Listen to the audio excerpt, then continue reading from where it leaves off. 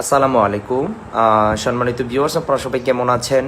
আশা করি সবাই ভালো আছেন। এই যে মাছগুলি পাঙ্গাস মাছ বিক্রি করা হচ্ছে। থাই পাঙ্গাস মাছ, একদম সাদা বোয়ালো জাতের পাঙ্গাস মাছ। এই যে দেখেন, দুই পুকুর থেকে এখন মাছ বিক্রি করা হবে। এই যে দেখেন, আজকেও পয়েন্ট আছে, আজকে মঙ্গলবার, আজকেও পয়েন্ট আছে আমাদের। আজকে তেলাপিয়া মাছ বিক্রি করা হবে। চট্টগ্রাম যাবে প্রায় 2 গাড়ি। তারপর আমাদের বুড়িচুঙে যাবে। মানে ওরা সবাই কিন্তু স্পটে এসে মাছগুলো নিয়ে যায়, আমরা কখনোই ডেলিভারি দেই না। এই যে দেখেন, গত কয়েকদিনের ভারী বৃষ্টিতে কিন্তু এই রাস্তা একদম ডুবে গেছিলো। এখন এই যে পানি কমছে। এই যে দেখেন, মাছগুলো এখন আনলোড করা হবে। আজকে প্রায় অনেকগুলি গাড়ি আসছে, অনেক গাড়ি আসছে মাছ নেওয়ার জন্য।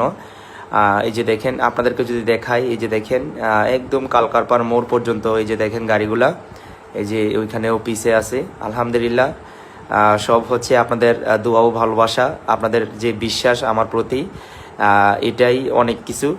দোয়া করি আল্লাহ তাআলা আপনাদেরকে ভালো এবং সুস্থ সবল রাখুক, আপনাদের ব্যবসায় বরকত দান করুক।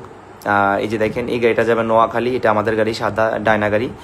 আর এইগুলা যাবে আরেক জায়গায়, আর এটা যাবে ক্যান্টনমেন্ট। মানে আলহামদুলিল্লাহ, মানে আপনাদের দোয়া ও ভালোবাসায় আলহামদুলিল্লাহ আজকে অনেক মাছ বিক্রি করতেছি। এই যে দেখেন, মাছগুলি এখন ক্যারেটে করে এই পুকুরের যে পানিটা, এটা ফেলে দিয়ে নতুন করে আবার ওই ডিপের পানিতে মাছগুলো রাখা হবে। আপনারা সবসময় এইভাবে মাছ কেরিং করবেন। প্রতি ডামের মধ্যে মাছ কেরিং করার জন্য ঠিক 18 কেজি করে মাছ তুলবেন, ডামের মধ্যে নেবেন 18 কেজি করে, বেশি নেওয়ার চেষ্টা করবেন না। মাছ এক পুকুর থেকে যদি আরেক পুকুরে মাছ আপনারা দিতে চান, এক পুকুর থেকে যদি আরেক পুকুরে মাছ আপনারা নিতে চান পোনা মাছ, তাহলে 18 কেজির উপরে নেওয়াটা ঠিক না।